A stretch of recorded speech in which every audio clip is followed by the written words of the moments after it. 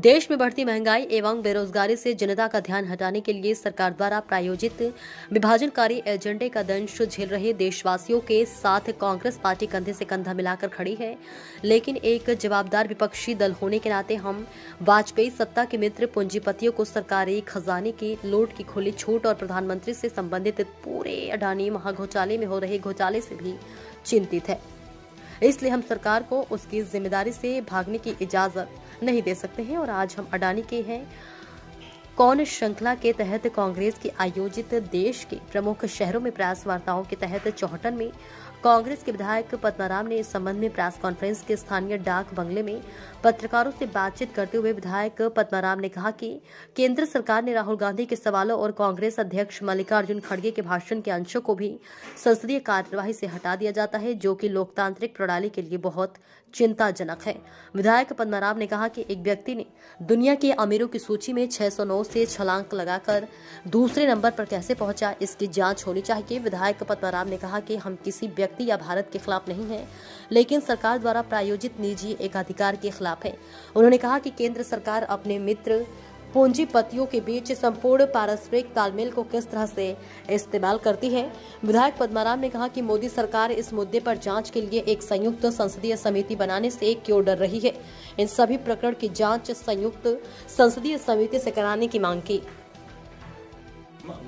हम अडानी के कौन है, इसके बारे में आज इसी है। आज भारत देश की पूरी जनता जानना चाहती है कि भयंकर महंगाई, उच्चतम बेरोजगारी और कुशासन के उपरांत भी भारतीय जनता पार्टी के लोग अमृतकाल मना रहे हैं। ये अमृतकाल है या मित्रकाल है। आज पूरे देश के अंदर चर्चा है कि कांग्रेस के वरिष्ठ नेता और कांग्रेस के पूर्व अध्यक्ष माननीय राहुल गांधी जी ने संसद के अंदर जो मोदी जी से सवाल पूछे, उनके अंश रिकॉर्ड से निकाले गए। माननीय मल्लिकार्जुन खड़गे साहब तो अखिल भारतीय कांग्रेस कमेटी के अध्यक्ष, उन्होंने जो संसद में भाषण दिया उनके अंश निकाले गए। ऐसा कौन सा प्रावधान है, ऐसे कौन से संविधान के अंदर ये लिखा हुआ है कि इनके खिलाफ जो पूछते हैं, इनके खिलाफ जो बात करते हैं, उनको संसद के कार्य सूची से हटाना, ये देश के साथ और अन्याय है। जो आज ईडी है, सीबीआई है, इनकम टैक्स के, उनके जो संवैधानिक संस्थाएं, उनका दुरुपयोग करके जो इनके समकक्ष प्रतिबंधी जो भी लोग हैं, उनके खिलाफ कार्रवाई करना, उनकी जो संस्था है उनके ऊपर अटैक करना, उनकी जांच करना। तो ऐसा कौन सा प्रावधान है जो विपक्ष के लोग चाहते हैं कि अडानी साहब जो 601 नंबर के थे वो 2 नंबर पे कैसे पहुंचे, उनका विदेशों से क्या संबंध है। आज जो स्विट्जरलैंड की जितनी भी बैंक है उसके अंदर ये धन तक सबसे ज्यादा कैसे गया। पहले तो ये मोदी जी बात कर रहे थे कि हमारी सरकार आ जाएगी तो हम बेरोजगारी खत्म कर देंगे, महंगाई 100 दिन के अंदर कम कर देंगे, हम विदेशों में जो धन जमा है वो लाके हर किसान के, हर आदमी के खाते में 15-15 लाख जमा करा देंगे, हम 2 करोड़ नौकरी देंगे। वो उनके वादे कहाँ गए। आज देश जानना चाहता है कि आपने ये जो वादा किया था वो जनता से किया था या आपके मित्र का लोगों से किया, पूंजीपतियों से किया था। आज देश की हालत बहुत नाजुक है, देश भयंकर मंदी के अंदर जूझ रहा है, डाउन हो गया। इसके बारे में जनता जानना चाहती है। तो विदेशों के अंदर भी इन्होंने जो काम किए हो, इलेक्ट्रिक के अंदर किया हो, रक्षा सौदे के अंदर हो, दूसरे के अंदर हो, इनको कंपनियों से किसने सहयोग किया। और ये विद्युत कंपनी के अंदर जो दूसरे लोगों ने टेंडर लगाया, उसके बाद में उनका सिलेक्शन होने लायक था, फिर उन्होंने विड्रॉ क्यों किया, किसका सहयोग दिया, किस आधार पे, जनता आपको पूछना चाहती है। और जो हवाई अड्डे है, बंदरगाह है, ये संस्थाएं, LIC है, ये प्राइवेट हाथों में कैसे गई, उसकी इतनी रकम कहां से आई, और उन्होंने किन परिस्थितियों के अंदर, जो विदेशों के अंदर उनकी साख डाउन हो रही है, उसके बाद में भी आगे बढ़कर अडानी साहब को ये सब देना, इससे ये जनता जानना चाहती है कि देश के साथ धोखा हुआ, देश को लुटा के अपने मित्र लोगों को, पूंजीपतियों को पनपाने के लिए मोदी सरकार जो ये देश के साथ कोरारा घाट कर रही है, वो जनता जानना चाहती है। हम सब आज पूरे राजस्थान के अंदर, पूरे देश के अंदर ये पीसी करके जनता को दिखाना चाहते हैं कि जिस प्रकार ये आपको बड़ी बड़ी बातें करके राज के अंदर आए, आज उनका उद्देश्य सिर्फ राज करना है, जनता के हित में, जनता का सेवा करने का काम नहीं है।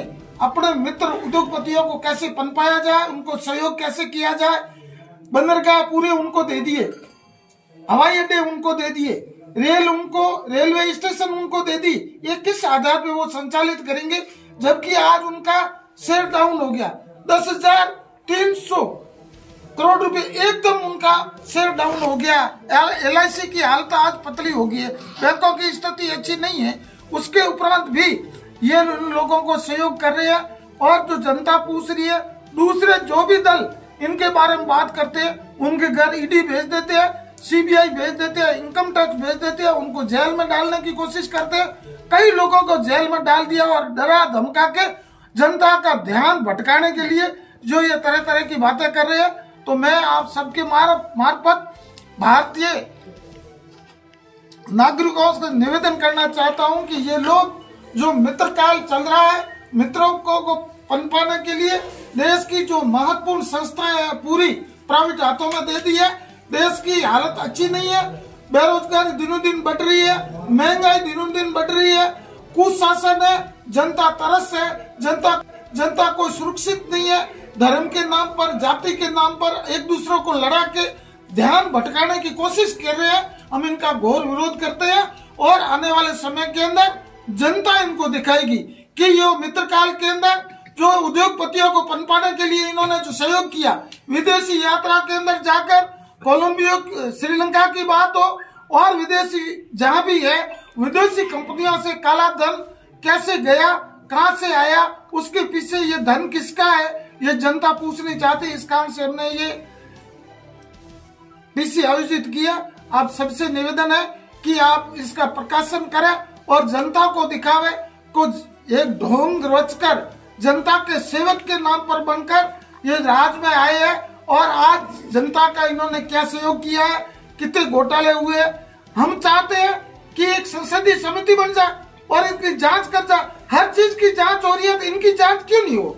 इस जांच के लिए आप क्यों डर रहे हो? जनता आपको पूछना चाहती है कि जांच में क्यों डर रहे हो? जांच कराओ, संसदीय समिति बना दो, जांच करा दो। यदि सही है तो जो झूठे आरोप लगा रहे उनके खिलाफ कार्रवाई करो, और यदि वो सही है तो उनके खिलाफ कार्रवाई करो। देश ये जानना चाहता है, देश की जनता, हर गरीब और अमीर जानना चाहता है कि जो निम्न श्रेणी का उद्योगपति आज विश्व का दूसरे नंबर कैसे बना।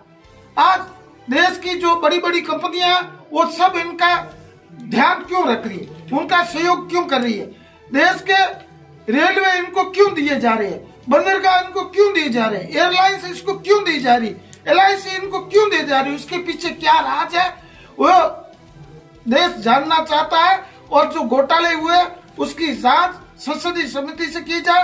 और भारत के संविधान के अंदर प्रावधान है, देश का कोई भी चुना हुआ जनप्रतिनिधि, ये तो विपक्ष की कांग्रेस पार्टी का राष्ट्रीय अध्यक्ष है और पूर्व अध्यक्ष है, उन्होंने सवाल पूछे और उनके सवाल जो संसदीय वहां कार्यसूची है उसमें से हटाना, ये देश क्या हो रहा है?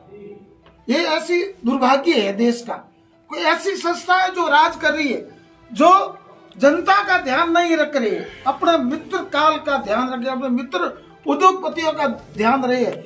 आज देश की GDP डाउन हो गई है, महंगाई बढ़ रही है, बेरोजगारी बढ़ रही है, सब चीज होने के उपरांत भी आज से पूर्व हमारे जो पूर्व